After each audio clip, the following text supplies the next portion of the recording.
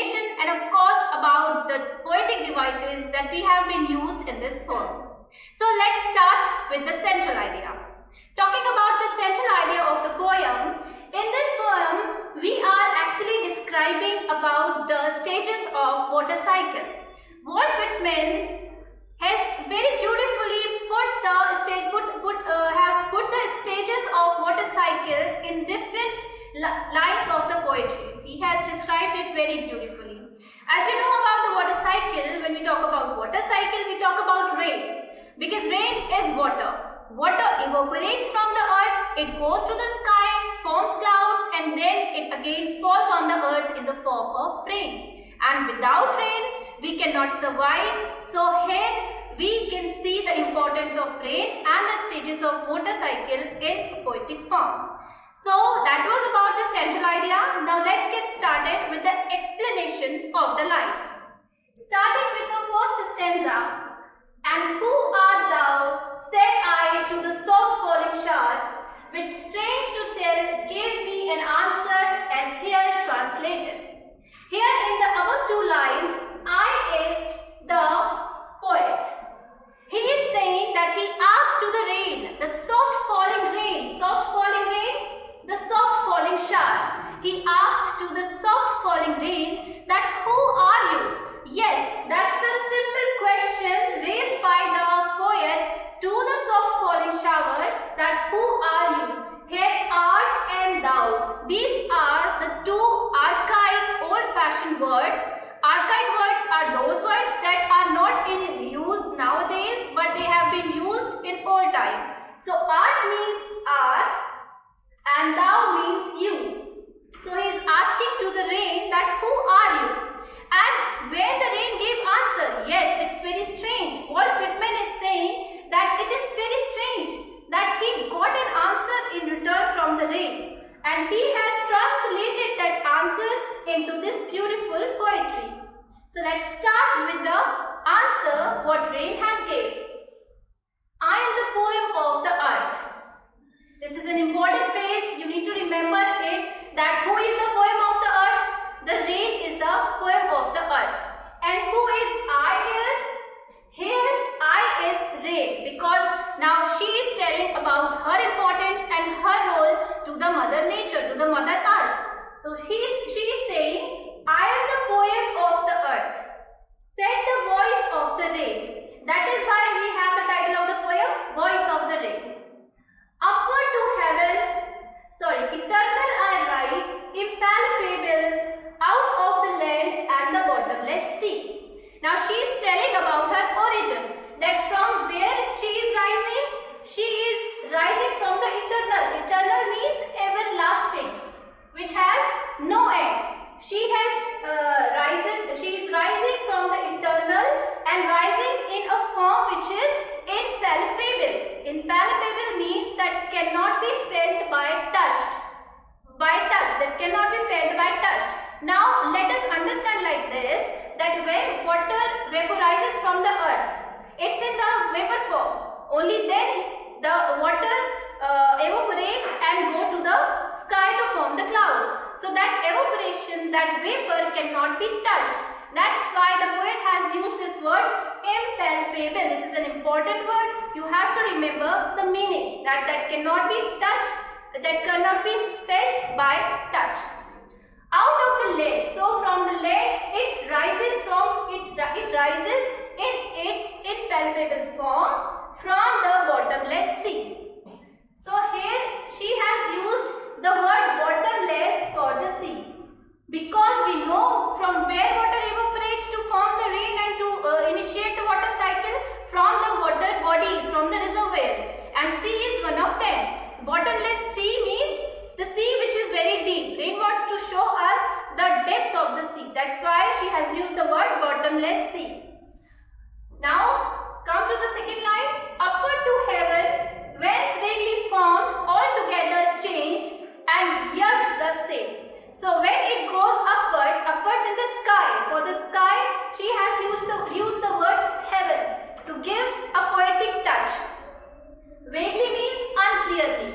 Whence again an archaic word which means whereas. So it goes upwards in the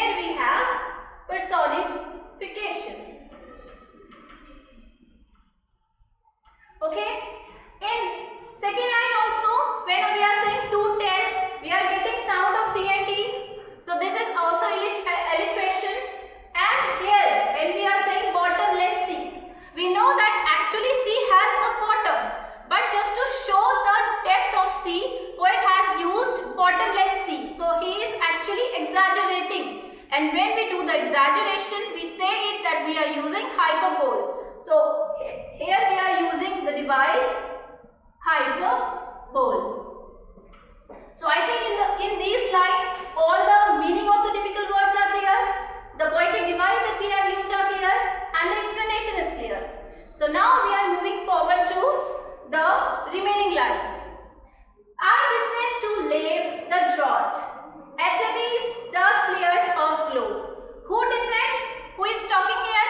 Rain is talking here. Yes, in this whole poem, rain is talking, except the above two lines and the last two lines. So I is rain here, and she is saying that I descend. Descend means I fall. I fall to lave. Lave means wash.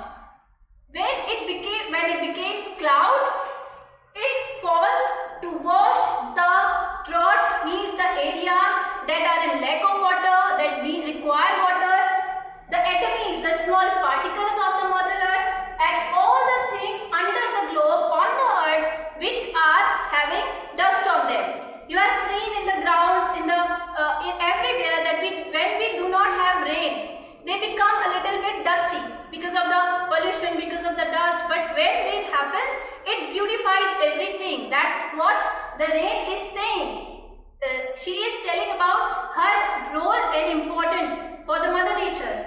She is saying that I fall, I wash the drought, atomies, dust layers of the globe. Globe means earth. And all that in them without me were seeds only, latent, unborn. And she is also saying that if I do not fall, if rain doesn't happen, then what happens? The seeds that are buried in the Mother Earth, they will remain hidden. Latent means hidden. They will remain hidden and unborn. Of course, the crops will not grow. The fields will remain empty if we do not have water to irrigate them. So the seeds will remain hidden and they will remain unborn in the earth. Now let's come to this next line. And forever by day and night I give back life to my own origin and make pure and beautify it. These are again important lines. Here it is saying that after doing all this, after going to the sky and then falling again on the earth, fulfilling my duties, I go back to my origin. And what is the origin of the rain? The water bodies, the reservoirs, the sea. The water when falls on the earth in form of rain, obviously it goes to the water bodies. It again fills them, it again satisfies them. So that's what rain is saying. After doing everything by day and night, I give back life to my own origin. Own origin, sea and other water bodies. And it makes them pure and beautified. So at last it benefits its own origin. So with this statement, now the poet in the last two lines, now the poet is comparing his song means his poetry or his creations to the rain. That just like rain, when rain fulfills all her duties, it goes back to the origin. In the same way, poet is saying that for song issuing from its birthplace. What is the birthplace of a song? The poet. For song issuing from its birthplace, after fulfillment, wandering regged or unregged, duly with love returns. First let us understand the meaning of the difficult words. Regged or unregged means cared or uncared for, whether appreciated or unappreciated or ignored by the admirers. Duly with love means with love returns. When a writer, a poet writes a song, it goes to the world, it wanders, means it roams in the world, it goes to different people hears it, they enjoy it, some people admires it, notices it, some people do